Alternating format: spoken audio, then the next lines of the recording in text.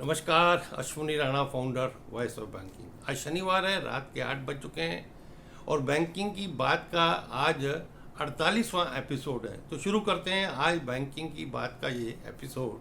आज हम बात करेंगे विंडो ड्रेसिंग। बैंकों में एक कॉमन शब्द है, लेकिन उसके ऊपर परिणाम गंभीर होते हैं। डीएफएस ने बुलाई पब्लिक सेक्टर बैंक के एमडीज की और एग्जीक्यूटिव्स की मीटिंग रिव्यू करने के लिए। रिजर्व बैंक ने क्रेडिट कार्ड होल्डर्स को दिया कुछ राहत, और फाइनेंस मिनिस्ट्री ने बैंकों से कहा कि वो म्यूल हंटर जो है एआई का ऐप है उसको जल्दी से लागू करें, उस सिस्टम को लागू करें। और बैंकों में शुरू हुआ ट्रांसफ़र का घमासान।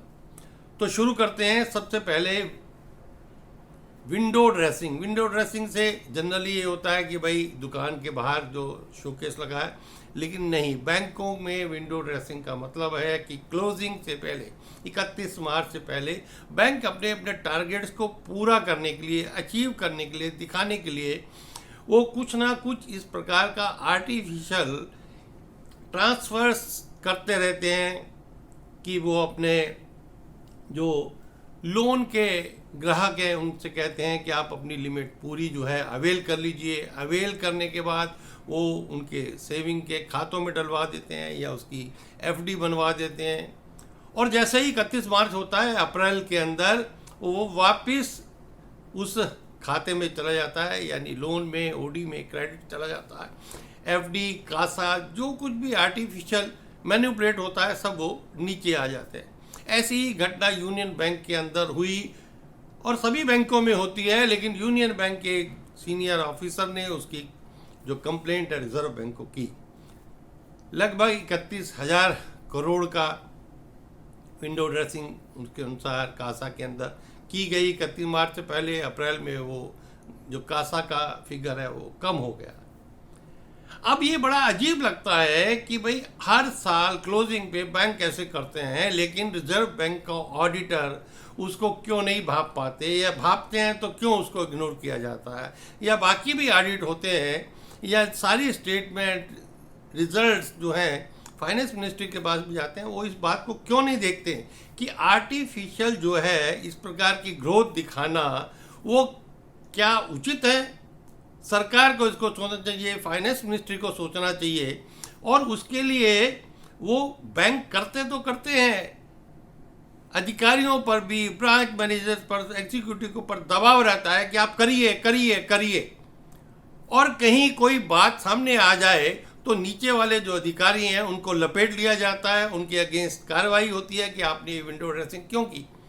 लेकिन बड़े बड़े जो बैंक के अधिकारी हैं उन पर ये कोई कार्रवाई नहीं होती, क्योंकि ये सब अनऑफिशियल होता है। कोई इसमें लिखित जो है आदेश नहीं होते, ओनली वर्बल आदेश होते हैं, और उसकी जो अवहेलना करता है उसको दूसरे तरीके से बैंक निपटते हैं। तो ये उचित नहीं है। सरकार को इस खेल को जो है ख़त्म करना चाहिए, ताकि वास्तविक क्या स्थिति है बैंकों की वो सामने आए, चाहे 31 मार्च हो या उसके बाद हो।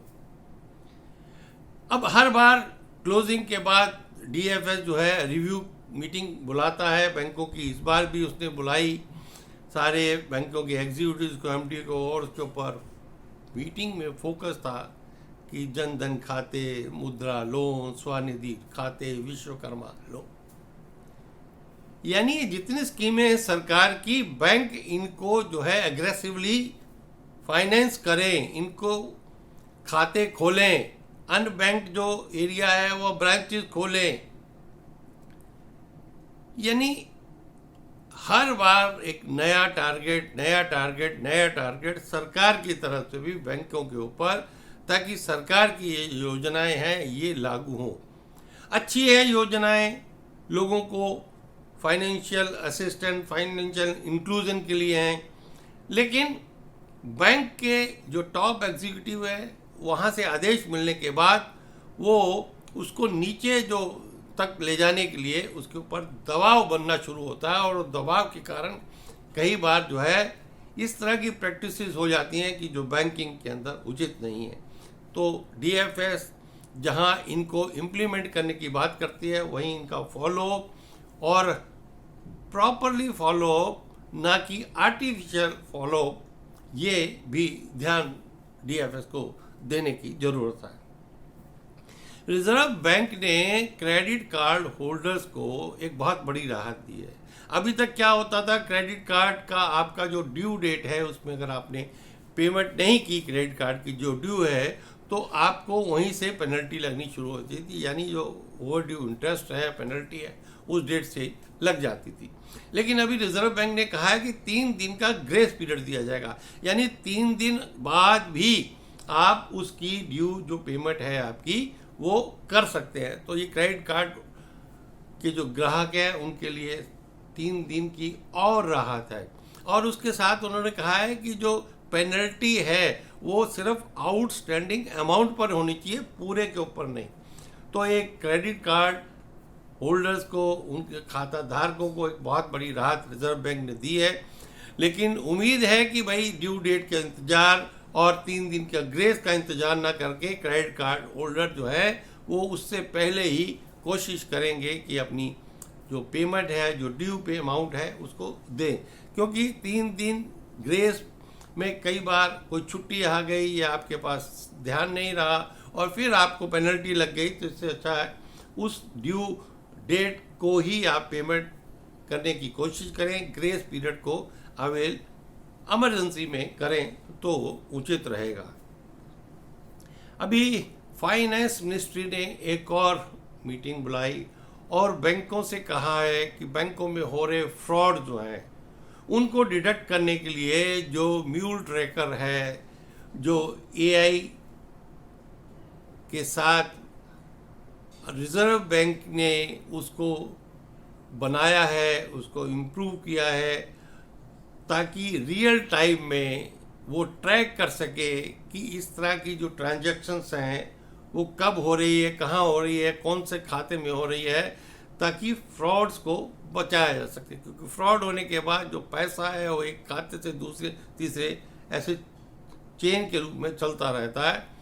तो बैंकों को कहा गया है कि सभी बैंक उसको जल्दी से जल्दी म्यूल हंटर जो है एआई बेस्ड जो प्रणाली है उसको लागू करें, ताकि फ्रॉड को जल्दी से जल्दी डिटेक्ट किया जा सके और जो पैसा है उसकी सिक्योरिटी की जा सके, लोगों के पैसे का नुकसान ना हो।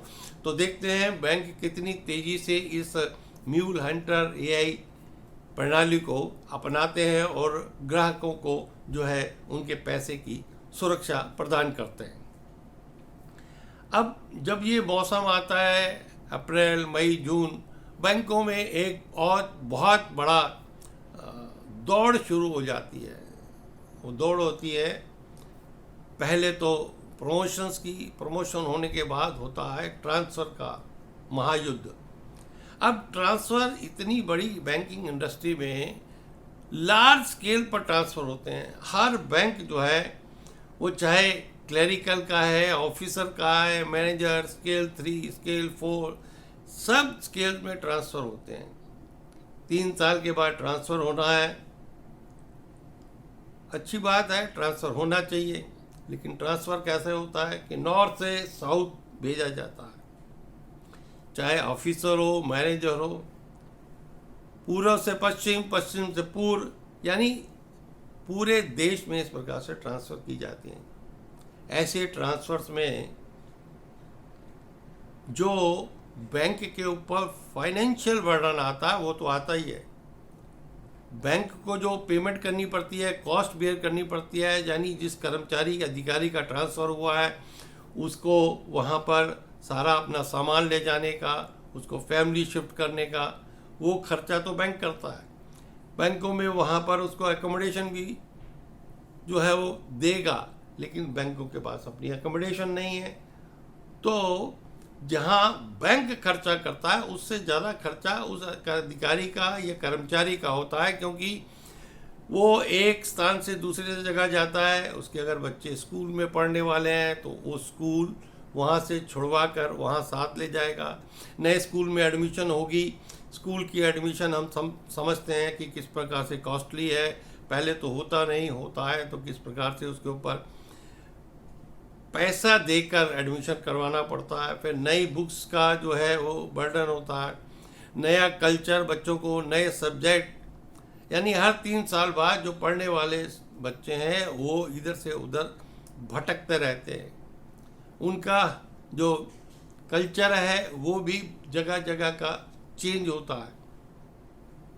उसके साथ जो नया मकान अधिकारी तलाश करता है तो उसका रेंट बैंक देगा, लेकिन उसकी तलाश उसको करनी पड़ती है। उस तलाश में वो जो ब्रोकरेज है, एजेंट को पैसा है वो देना पड़ता है। एडवांस में अगर उसको रेंट देना है वो भी उसको देना है। यानी एक अधिकारी का एक ट्रांसफ़र के ऊपर कितना खर्च हो सकता है आप उम्मीद भी नहीं कर सकते। बैंक तो बैंक करता है, लेकिन वो उसको भी करना पड़ता है। लेकिन ऐसे ट्रांसफर्स में से एक बहुत बड़ा वर्ग है जो प्रोटेक्टेड है, यानी यूनियन के पदाधिकारी। हजारों की संख्या में हर बैंक में ऐसे पदाधिकारी यूनियन के नाम से प्रोटेक्टेड है, जिनकी ट्रांसफ़र नहीं होती है। तो उस दौड़ में बाकी कर्मचारी अधिकारी भी रहते हैं कि हम भी वो नेता बन जाएं ताकि हमारी भी ना हो। तो ऐसा क्यों? यानी प्रोटेक्शन के नाम पर कुछ लोगों को ट्रांसफ़र ना हो और बाकी लोग जो है वो सारी ज़िंदगी इधर से उधर घूमते रहे। अपने बच्चों की पढ़ाई उनकी ख़राब हो, उनके अगर पेरेंट्स हैं तो मुश्किल है, अगर वो पेरेंट्स को साथ या बच्चों को नहीं ले जाते और छुट्टी पे घर आते हैं और वो जो छुट्टियां रहती हैं उन छुट्टियों के कारण भी उनको छुट्टी मिलती नहीं, छुट्टी लेते हैं तो उनकी प्रमोशन के अंदर वो समस्या आती है।